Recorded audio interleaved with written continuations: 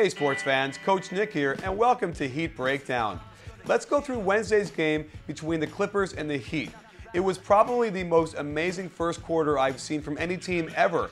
The Clippers scored 44 points and blew the Heat out. They shot out of their complete minds, and that's what's going to happen if you come out flat as the Heat.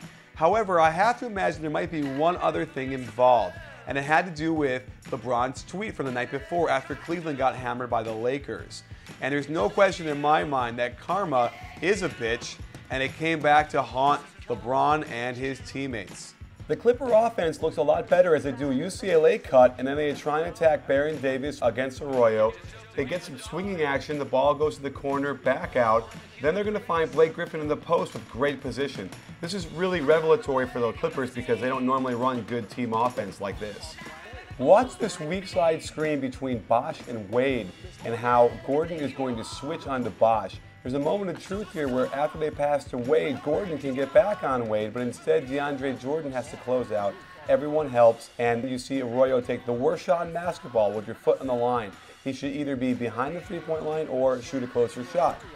After the first possession, the Clippers go right back to a crappy screen and roll to begin, and then Baron Davis throws the ball out of bounds.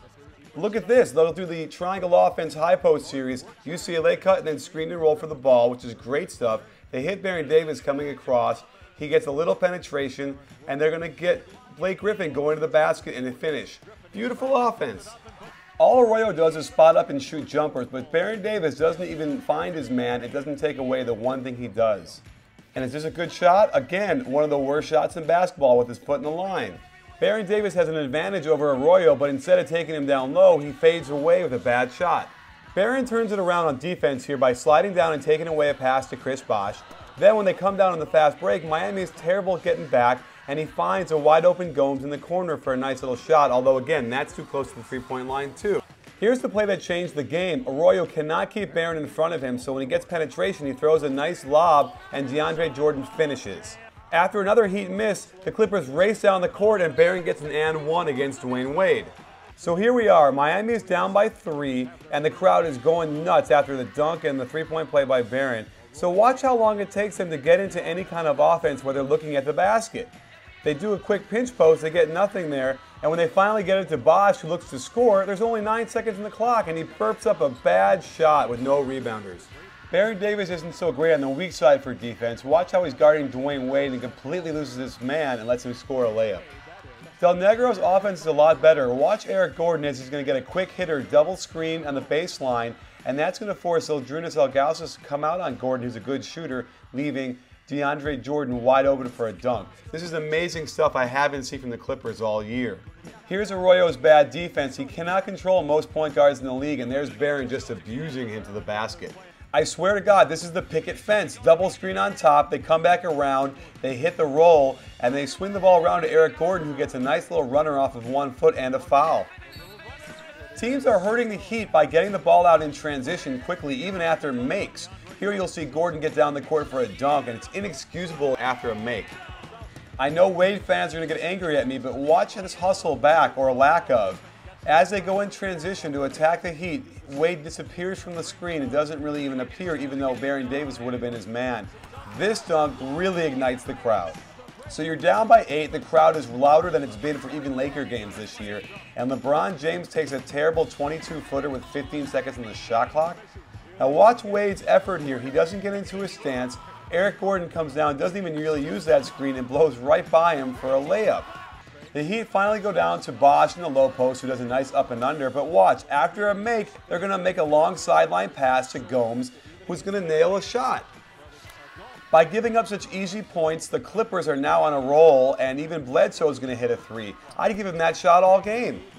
Now that the Miami Heat are getting blown out, you're going to see a pretty amazing shot by LBJ, left-handed on the way down off the glass. Mike Miller's not ready to be back here. Watch how he leaves his feet and throws a terrible pass. Remember, the Clippers are on a roll because of the lackadaisical defense here, and there's Aminu who nails a shot.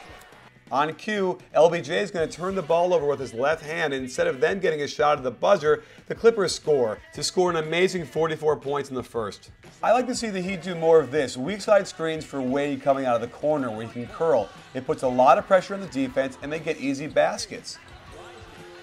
Bledsoe is promising, but here's a rookie mistake trying to split a screen and roll. But watch his effort as he goes up and blocks that ball off the glass. Wade is going to waltz into the lane for an easy layup for his 16th point. Can you imagine if he didn't have a decent game in the first half? This is why I hate a 2-3 zone.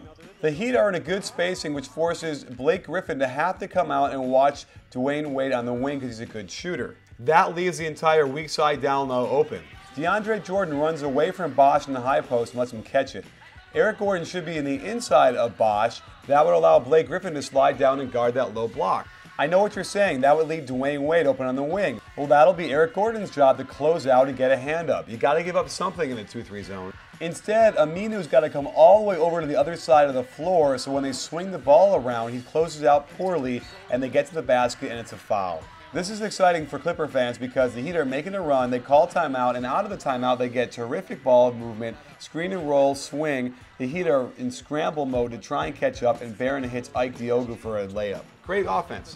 Out of that same timeout, the Heat set up a great offensive play, but watch Barry Davis as he doesn't hedge on that screen, lets Dwayne Wade come out of the corner, and they get a beautiful alley-oop. The key stat of the game is the first quarter field goal percentage. The Heat really turned up their defense, and here you'll see Dwayne Wade get 2 deflections in a row on the same possession, and Bosh gets a third after the ball gets inbounded.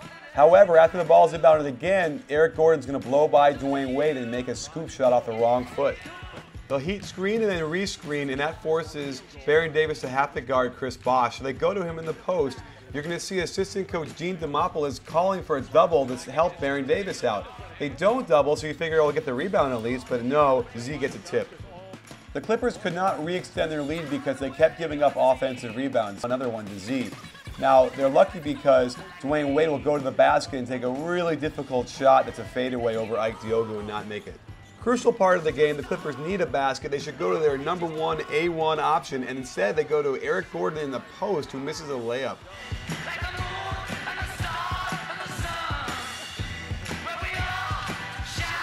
Again, the Clippers need a shot. Look at the percentage down there, 58% for the first half, 27% for the second. So they go to Blake Griffin in the post. This is good against Anthony. James Jones is going to go underneath the screen while he's guarding Gomes, who's going to come around and take the worst shot in basketball with his foot on the three-point line. But he makes it, and it's a big shot for them. More bad karma as LeBron James starts to lose it. He'll take the worst shot in basketball with his foot in the three-point line, airball it. The Clippers are going to race down the court. Eventually, Eric Gordon gets the ball on top. No one really picks him up. He goes right to the basket and finishes with the left hand. They go up by 7. Out of a timeout, the Heat really need a basket. However, Wade and Bosh are out. So they get the ball to LeBron, and they try and do a screen and roll with him, and the Clippers play beautiful defense, and LeBron clangs it off the rim. Guess what, though? The Heat get the offensive rebound and set up again. This time, they don't really have a play. They let LeBron go, and he throws the ball to Chalmers for a 3. He takes a terrible shot with lots of time on the clock, and it clanks off of the backboard.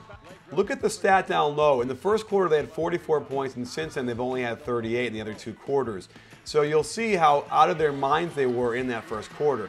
That said, James Jones is not a good defender in my mind. I've been watching these Heat games, and I keep seeing him get blown by like this. Look, Eric Gordon gets the basket and a foul.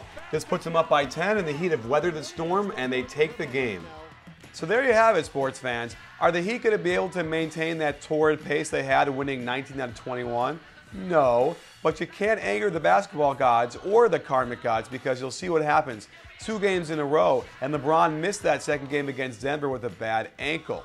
So you better not tweet that kind of stuff if you want to maintain that pace and keep winning ball games. Let's not forget, February is going to be pretty kind to Miami because they're going to play 9 of 11 games against sub-500 teams. So I don't see that them having trouble into March. Well, thanks for joining us on Heat Breakdown. Stay tuned for lots more for the rest of the season. And don't forget, it's not a channel, it's a conversation.